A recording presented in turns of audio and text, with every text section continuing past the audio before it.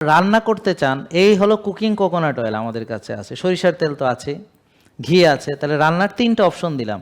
যেমন গরুর মাংস রানবেন হচ্ছে সরিষার তেল দিয়ে মাংসটা মেরিনেট করবেন, মেরিনেট করে গরুর তেলেই গরু রান্না করবেন এবং সবজি দিয়ে খাবেন, ভাত রুটি না। কারণ গরু একটা অ্যাসিডিক ফুড, এর সঙ্গে সবজি মিলাবেন, এটা হলো অ্যালকালাইন, বুঝতে পারছেন? এইভাবে তাকে খেলে পরে আপনি অনেকটা নিরাপদ, এবং আপনার ব্যায়ামও করতে হবে, ভালো ঘুমাতেও হবে। তাহলে দেয়ার আর লট অফ অপশন। বুঝতে হবে যে প্রোটিনটা কী কাজে লাগে, মাসেল বিল্ডিংয়ে কাজে লাগে, প্রোটিনের আরও অনেক কাজ আছে।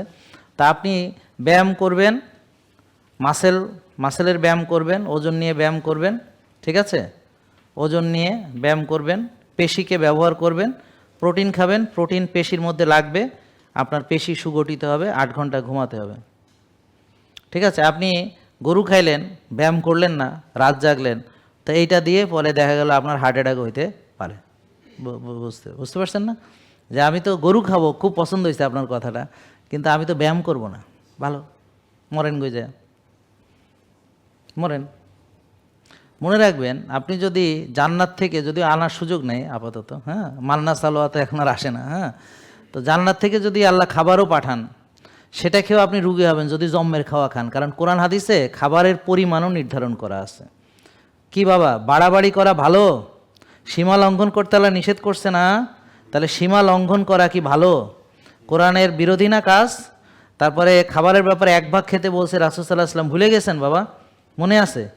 তা সেইটা কি ভালো না আপনাদের জন্যে? নাকি জম্মের খাওয়া ভালো? হ্যাঁ, সবার জন্য ভালো না। ওনাকে এমনি বলছি, কারণ আছে, আপনি তো দেখেই বুঝে ফেলছেন, এই জন্য। তা বললাম যে বেশি, মানে ভালো খাবারও বেশি খেলে ক্ষতি, বোঝা গেল? এই শোনেন, ভালো খাবার, উত্তম খাবারও বেশি খেলে ক্ষতি। আর আমি খাচ্ছি কিন্তু ব্যবহার করছি না, তাইলে আমি খাচ্ছি অল্প কিন্তু সারাদিন কিছুই করছি না, তাহলে অল্প খাবারে আমার জন্য অতিরিক্ত হবে। বোঝেন? দেখেন বোঝেন কিনা, জ্ঞান কাজ করে কিনা, জ্ঞানটা কাজ করে কিনা।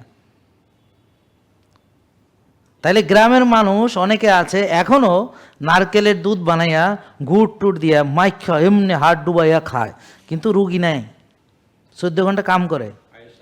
ওই যে আমি দেখছি না, ওই যে আমি যে গেছিলাম ধান ইয়ে করতে, এই দেখছিলা তুমি, আমি যে ধান মারাইছি, যে তুমি দেখো নাই কেন?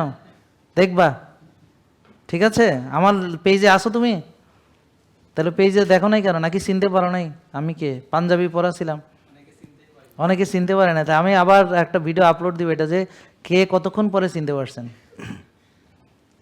বুঝলেন না কথা? তো এই জন্যে যারা 12-14 ঘন্টা কাজ করে, ওরা বেশি খেলেও ওদের প্রবলেম না। আপনি তো কিছুই করেন না, খান যে কই যায়, জমতে জমতে একদিন এরকম রোগ হয়। বোঝা গেল নাকি বোঝা গেল না? তাহলে আমরা বোঝা বাড়াচ্ছি। জেকে লাইফস্টাইল লিমিটেড, ওষুধ মুক্ত সুস্থ জীবন।